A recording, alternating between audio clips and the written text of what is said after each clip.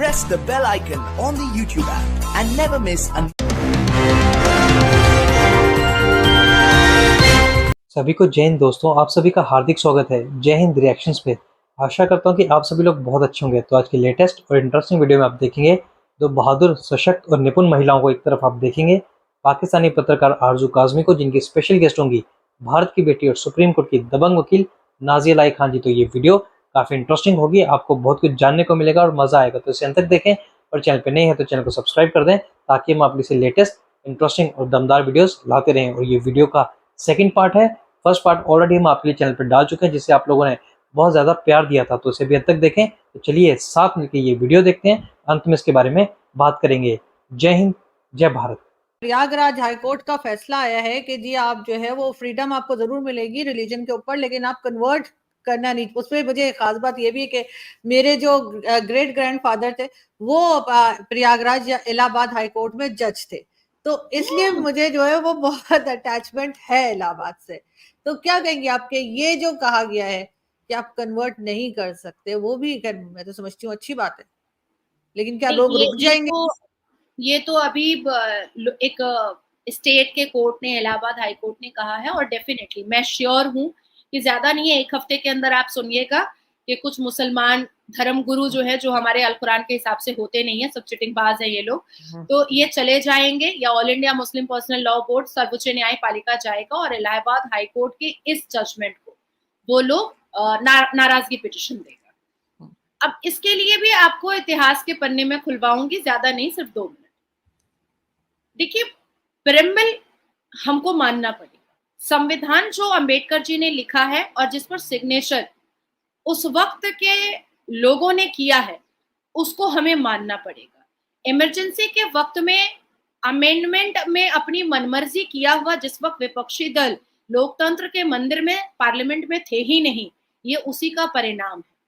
ये उसी का परिणाम है। आर्टिकल 25 को अमेंड करना, आर्टिकल 28 को अमेंड करना, आर्टिकल 30 को अमेंड करना और मुसलमानों के हित में और हिंदुओं के विरोध में ये सारे इम्प्लीमेंटेशन करना, ये नेहरू परिवार और गांधी परिवार और इंदिरा गांधी परिवार का चलन था, बिल्कुल चलन था। और उसी तरीके से इमरजेंसी के वक्त में सारे विपक्षी दलों को जेल के अंदर भेज करके इंदिरा गांधी जी ने संविधान के साथ जो छेड़छाड़ किया था, और उस वक्त उनको रोकने टोकने वाला कोई भी नहीं था, क्योंकि वो खुद ही जज थी, खुद ही बैरिस्टर थी, खुद ही सब कुछ थी। तो वो सारे, और स्पीकर भी वो खुद थी और प्राइम मिनिस्टर भी वो खुद थी, अपोजिशन भी वो खुद थी, मतलब सब कुछ वो खुद ही थी। और उन्होंने मुसलमान वोट की लालच में सारे संविधान को के दावपेच को उन्होंने अपने हिसाब से किया कि, और अपनी सहूलत के हिसाब से किया, ताकि वो सत्ता में बनी रह सके। तो उसी तरीके से उन सारी चीजों को मद्देनजर रखते हुए इलाहाबाद हाई कोर्ट ने कहा कि डेफिनेटली संविधान में ऐसे आर्टिकल्स हैं जिसमें फ्रीडम ऑफ रिलीजन की बात लिखी हुई है, लेकिन फ्रीडम ऑफ रिलीजन को आप फ्रीडम ऑफ कन्वर्शन में नहीं कन्वर्ट कर सकते, बिल्कुल भी नहीं।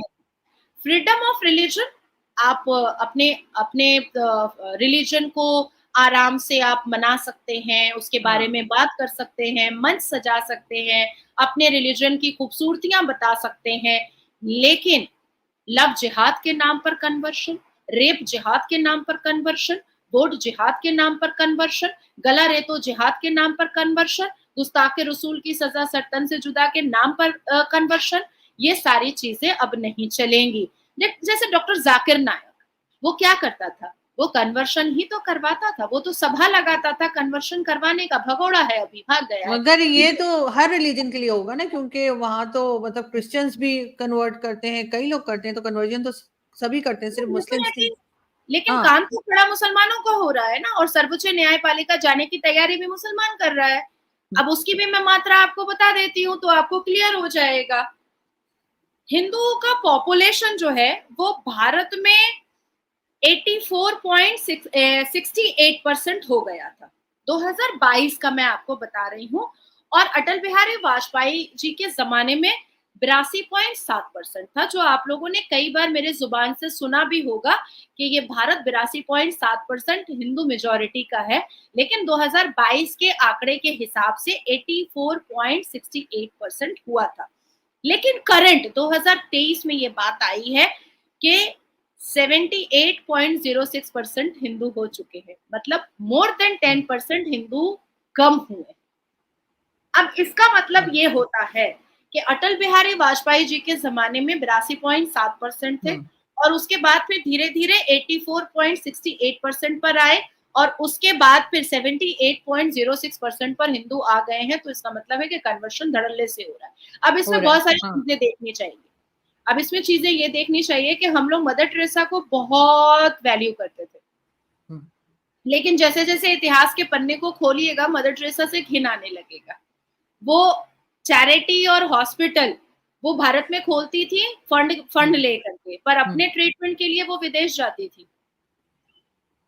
बिल्कुल बिल्कुल मतलब बंगाल में जो ममता बनर्जी है वो यहाँ पश्चिम बंगाल में बोलती हैं कि स्वास्थ्य जो है वो बहुत अच्छा है, गवर्नमेंट हॉस्पिटल्स जो है वो बहुत अच्छे हैं, पर उनका खुद का भतीजा विदेश जाता है अपने आंख का ट्रीटमेंट करवाने के लिए। डॉक्टर वो तो हमारे यहाँ भी सारे पॉलिटिशियंस हैं, जितने लोग हैं वो सब कहते हैं बहुत अच्छा ट्रीटमेंट है, लेकिन खुद बाहर जाते हैं। हाँ, खुद को फ्लू भी हो जाए तो बाहर चले जाते हैं।